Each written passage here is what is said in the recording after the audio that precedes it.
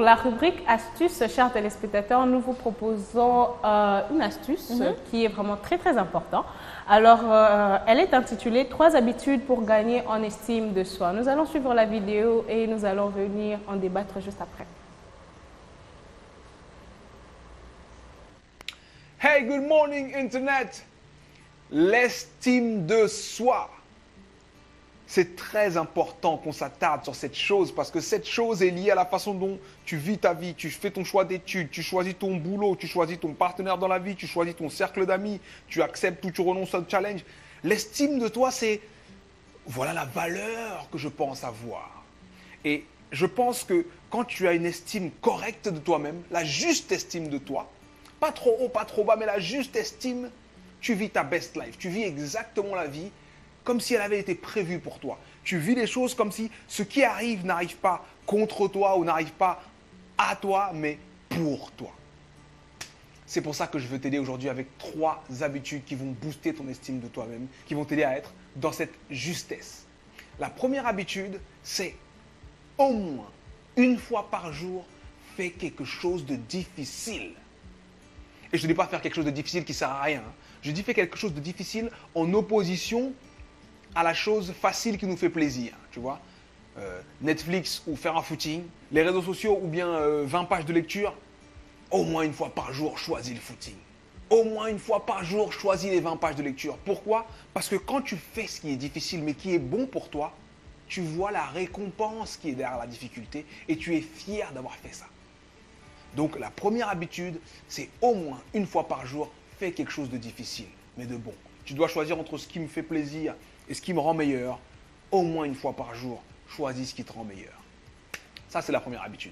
Deuxième habitude, apprends à observer tes émotions. Pendant longtemps, j'ai dit que c'est bien de les contrôler, les émotions. Mais j'évolue, j'expérimente, je coach, j'apprends toujours. Et je pense que les émotions ne doivent pas être contrôlées, mais elles doivent être observées. Exactement comme tu pourrais te mettre à la fenêtre et regarder la pluie. Tu n'aimes pas la pluie, tu préfères le soleil, tu ne veux pas qu'il pleuve. Mais quand tu regardes la pluie, tu la comprends et tu vois ce qu'elle apporte. Donc, observe tes émotions. Essaye la prochaine fois que tu es dans une émotion forte de prendre un peu de recul et de te regarder toi-même. Voir comment tu réagis, voir ce que l'émotion est en train d'essayer de te pousser à faire. Et ne pas réagir en fonction de l'émotion, mais rester justement dans cette distance. Et si tu parviens à le faire une fois, tu y parviendras une deuxième fois. Si tu parviens à le faire 2 fois, 3 fois, tu y parviendras une 3e fois. Et après, tu deviendras une personne qui n'est pas régie par ses émotions. Pas une personne qui est en colère, qui casse des choses, qui brise des choses et qui ensuite regrette. Tu seras une personne qui peut observer à travers une vitre ce qui se passe, comprendre et revenir quand c'est calme. Deuxième chose qui peut t'aider à booster ton estime de toi, observer et comprendre tes émotions. Les accepter surtout, parce que quand tu les observes, c'est pour les accepter. Troisième chose, nourris tes points forts.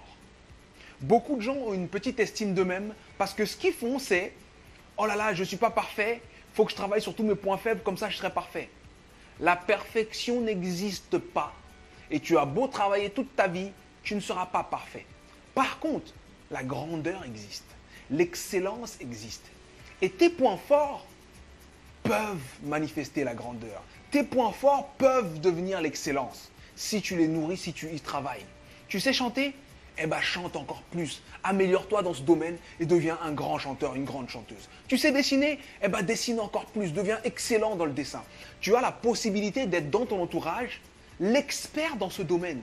Alors, deviens cet expert. On ne s'améliore pas juste en essayant de diminuer ses défauts, mais on s'améliore aussi quand on maximise ses qualités. Alors, si tu veux booster ton estime de toi-même, maximise tes qualités. Fais le bilan, regarde tes points forts et investis dans ces points forts pour que ça devienne des points d'excellence. Alors, je te propose quelque chose. Teste ces 3 habitudes pendant 7 jours.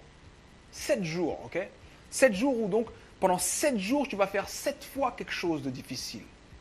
Pendant 7 jours, tu vas observer et accepter tes émotions. Et pendant 7 jours, tu vas te concentrer sur tes points forts pour les faire grandir. On se donne rendez-vous sous cette vidéo dans 8 jours et je viendrai dans les commentaires pour voir avec toi comment ça s'est passé. Est-ce que tu es content des résultats? ce qui a été difficile, ce qui a été bon et à quel point tu es fier de toi. C'était Sudei, partage cette vidéo avec toutes les personnes. L'estime de soi, l'estime de soi, qui est la valeur que tu penses avoir. En tout cas, comme tu l'as dit, très belle vidéo pour booster, pour motiver quelqu'un à pouvoir avoir l'estime de soi, augmenter son estime de soi. Alors, nous avons vu les 3 habitudes. 3 habitudes, on nous a fait part de 3 habitudes pour pouvoir booster ou améliorer son estime de soi. L'habitude qui m'a plus tiqué, je ne sais pas toi, mais moi qui m'a plus tiqué, savoir faire quelque chose de difficile. C'est pas faire quelque chose de difficile qui t'apporte rien, mais quelque chose de difficile qui t'apporte quelque chose, qui t'améliore en quelque sorte. Tu as raison dans ce que tu as dit, savoir faire ce qui est difficile. Et même, il a signifié que tu peux choisir soit être sur les réseaux ou lire 20 pages de lecture. Parce qu'il est à noter que la lecture nous ouvre l'esprit, la lecture nous vocabilise, si on peut le dire. Exactement, parce que on peut résumer ça en une phrase pour dire que sortir de sa zone de confort, parce que beaucoup n'arrivent pas ou n'aiment pas sortir de leur zone de confort. Ils restent toujours dans leur coin. Voilà, ils se disent que étant dans ma zone de confort, personne ne me dérange, je suis tranquille. Mais apprenez à sortir de votre zone de confort, c'est vraiment très très important. Moi j'ai aimé ce qu'il a dit, personne n'est parfait. En fait, la perfection n'existe pas. En tout cas, il faudrait mettre plus des points sur vos points faibles. Valoriser vos points faibles en d'autres termes. Et observer aussi ses émotions, il dit que n'est pas maîtriser, contrôler ses émotions, mais observer ses émotions. Parce que c'est très très important, parce qu'il y a ces personnes qui n'arrivent pas, ils laissent les émotions prendre le dessus sur leur vie. Et dans la majorité des cas, c'est vraiment quelque chose de catastrophe.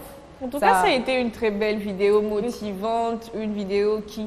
Déjà, même si on fait allusion à cette vidéo, on va même revenir sur notre pensée du jour. S'il y a de ces personnes qui appliquent vraiment ces 3 habitudes, donc ça reviendra à la pensée du jour qui dit, même petit à petit, lorsque tu fais des efforts, minimes soient-ils, tu vas arriver quand même. Donc, ça rejoint un peu la pensée du jour. Alors, nous allons partir un peu plus rapidement, faute du temps. Nous allons... prendre la dernière vidéo et nous allons en commenter juste après. L'intelligence émotionnelle est la capacité d'identifier et de gérer les émotions, mais aussi de réagir efficacement aux émotions des autres. Maîtriser ses émotions est un atout extraordinaire. Socialement à l'aise, persévérant, motivé, respectueux des autres et de soi sont quelques-unes des compétences qui définissent l'intelligence émotionnelle. Être émotionnellement intelligent est quelque chose de naturel pour certaines personnes, mais peut très bien s'améliorer pour les personnes plus fragiles émotionnellement. Car l'intelligence émotionnelle est un muscle. Et comme chaque muscle, vous avez la possibilité de le travailler pour le développer. Les personnes avec une intelligence émotionnelle élevée ont tendance à avoir plusieurs habitudes en commun. Voici 8 habitudes qui élèvent votre intelligence émotionnelle.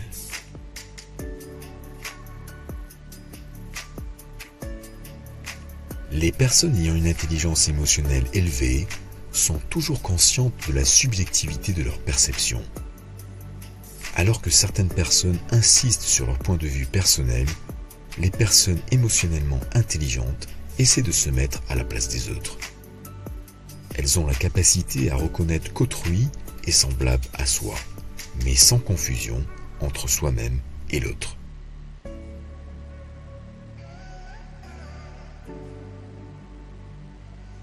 Les personnes ayant une intelligence émotionnelle élevée ont la capacité d'apprécier ce qu'il y a de bien dans leur vie et d'exprimer leur reconnaissance. Cette capacité de manifester sa gratitude a un effet positif sur le bien-être émotionnel, physique et social. En exprimant votre gratitude, vous ressentez plus d'émotions positives, comme éprouver du bonheur, de la joie. Et vous ressentez moins d'émotions négatives, comme la jalousie, la colère, la frustration. En exprimant votre reconnaissance, vous vous sentez moins seul. Vous êtes naturellement plus serviable et généreux.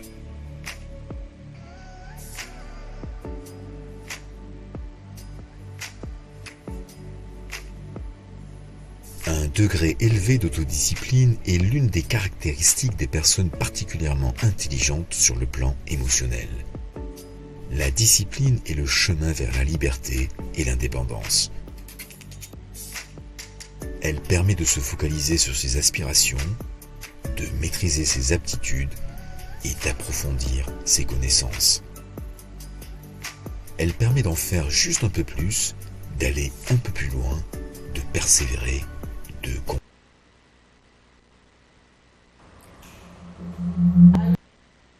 Votre vidéo intitulée Comment améliorer la gestion des émotions. Comme on l'a dit ici, comme on l'a si bien vu, alors comment améliorer la gestion des émotions? Comme on l'a dit précédemment, il y a de ceux qui laissent leurs émotions prendre le dessus. En tout cas. En tout cas, nous devons apprendre à gérer ces émotions et pour ça, nous devons avoir une bonne discipline, avoir vraiment une bonne discipline pour bien gérer notre émotion. On a même cité la confiance en soi aussi. Oui, avoir aussi la confiance en soi, l'estime de soi. En tout cas, c'est vraiment des éléments clés pour pouvoir améliorer la gestion de ces émotions, car nos émotions sont vraiment fortes, sont vraiment très très fortes. Et bien les gérer, en tout cas, sera très bénéfique pour nous.